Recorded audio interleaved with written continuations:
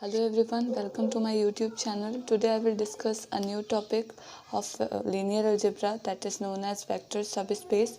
So firstly we will learn how to check that the given set is vector space or not and its definition with examples. So let's start the video with the definition of vector subspace.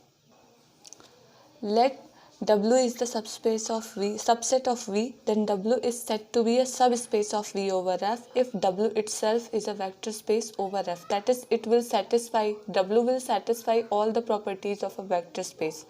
And the main properties are vector addition and scalar multiplication. So W must be closed with respect to vector addition and scalar multiplication.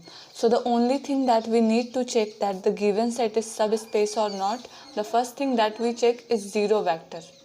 That is, if zero vector belongs to W, and second thing is vector addition.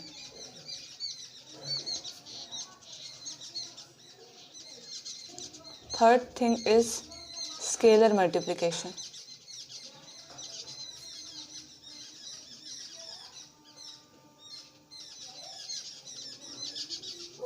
If these three things are satisfied by W, then we call W as a subspace of V, and both of these two subspaces should be defined over the same field. That is, if W is the subset of V over F, and W is forming a subspace, then W must form a subspace over the same field F. So remember this thing also. Now I will take some of the examples of vector subspace. So this is our first example. I am taking V as R cube over R, and I am taking the first set W1 is equals to x, 2y, 3z such that xyz belongs to R. This is our first set and we need to prove that this forms a subspace of the vector space V. So in order to prove this as a subspace, the first thing that we need to check is the zero vector. So is zero vector belonging to this set? If I take x as 0, because real number 0 is also a real number. If I take xyz as the zero real number, then this becomes 0, 0, 0, which is our zero vector and that belongs to W1. So the first condition, that is zero vector, must belongs to W1. That is satisfied. Now we need to check vector addition. For this we take two vectors and try to check that they are in W1 or not.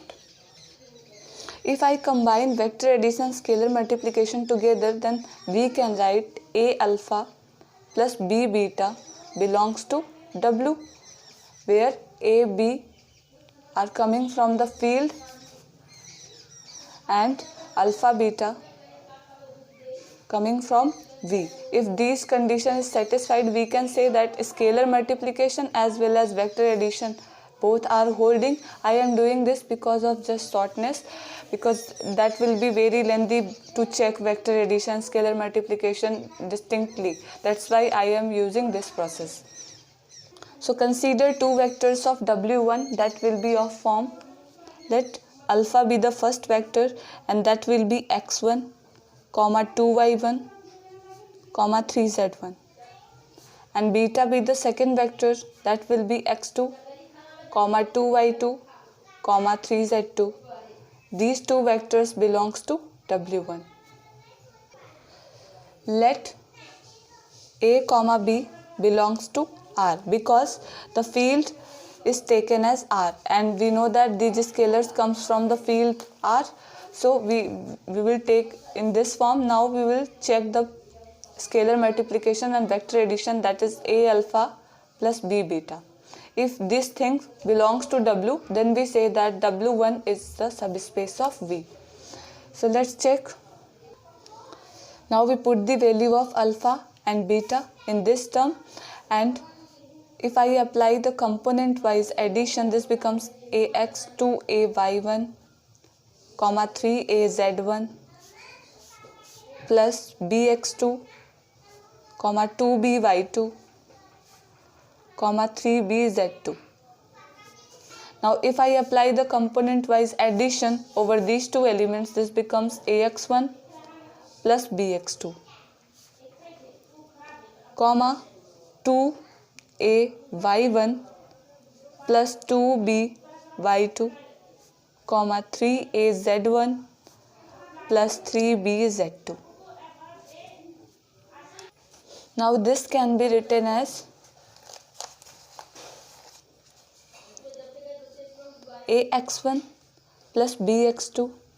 If I take 2 as common, this becomes ay1 plus by2.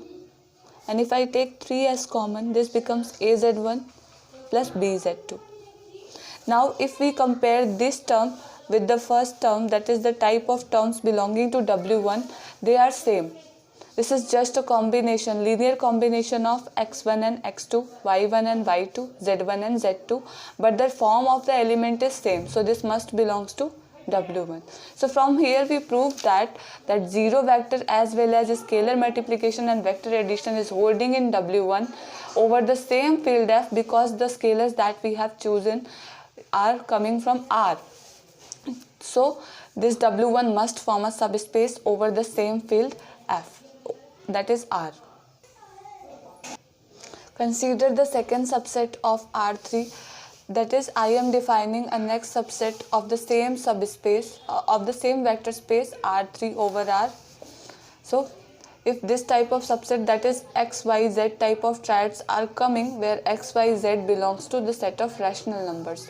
So we have to check that this is forming a subspace or not. So the first thing that we check is 0, 0, 0. That is our zero vector belonging to W2 or not. So yes, because we know that 0, 0 is also a rational number. So this must belongs to W2. Now the next thing that we need to check is scalar multiplication and vector addition. So I am just checking scalar multiplication. Let A, since A belongs to R, the scalar that we are taking is coming from the field, and the field is the set of real numbers. So we can choose any real number. It may be rational, it may be irrational. So I am choosing A as root 2. Because we need to take the scalar from the set of reals, so I can take any one. So, and let 1, 2, 3, this type of element is coming from the set W2. This is our alpha. Now if I check the scalar multiplication, that is A dot alpha, this is equals to root 2, 1, 2, 3. Now if we take the product, this becomes root 2, 2 root 2, 3 root 2. And we know that this is irrational, that's why it doesn't belongs to W2, because we know that the triads, each term of the triad should be a rational number, but they are irrational, that's why it doesn't belongs to W2. So scalar multiplication is not holding. Scalar multiplication is not satisfied by W2, so W2 is not a subspace of V. Subspace of R3 over R. So these were two examples of subspaces. I hope it is clear to all of you. Now I will discuss some theorem of vector subspaces.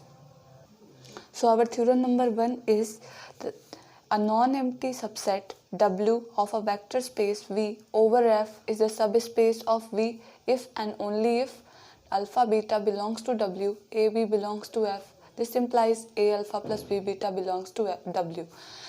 Remember this word, this is if and only if statement, that is if W is a subspace, then this condition must hold, and if this condition is holding, then W must be a subspace of the vector space V over the same field F. So let's start the proof of this theorem.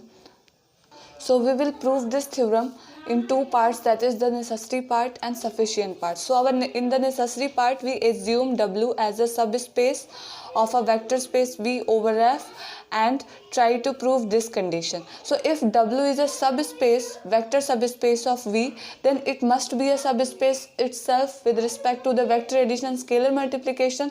So property of vector addition and scalar multiplication is satisfied by itself, because of the definition of vector space. So we have no need to prove this, we just write it directly. So I write the same thing, that if W itself is a vector subspace, then it must be closed with respect to vector addition, scalar multiplication. Hence condition 1 must hold. So now we will prove the sufficient part. So in the sufficient condition, we take W as a non-empty subset of V such that condition 1 is holding in W. That is, it is closed under scalar multiplication and vector addition. That is, if this condition is holding in W, then we have to prove that W forms a subspace of the vector space V. To prove W as a vector subspace, first we take an element alpha belongs to W and 1 belongs to the field F. If 1 is belonging to F, since F is a field and it forms an abelian group with respect to addition, so its additive inverse must belongs to F. That's why -1 also belongs to F. Now we have to check the scalar multiplication, because W is satisfying the condition 1, so it must hold scalar multiplication. So I am going to check the scalar multiplication. If -1 is a scalar and alpha is a vector, then scalar multiplication implies that -1 into alpha becomes minus alpha, and that must belongs to W, because W is holding condition number 1. So and this is true for each element of W. So for each element belonging to W, we are getting an additive inverse that also belongs to W. So the existence of inverse is holding in case of W. That is, the additive inverse of each element of W is also in W. Now alpha belongs to W, and we seen that minus alpha also belongs to W. So they both are the vectors. So vector addition is also holding in W because of the condition number 1. So we can write alpha plus minus of alpha also belongs to W, and that will be equal to 0 vector, and that also belongs to W. So existence of identity is also satisfied by W, where 0 vector is 0 vector of V, and this is also working as a 0 vector of W. So two properties, that is existence of inverse and existence of identity, is satisfied by W. Now since the elements of W are also the elements of V, therefore vector addition will be commutative as well as associative in W also, because in case of vector space V, vector addition was commutative as well as associative, because V plus was an abelian group and all the elements of V are in W.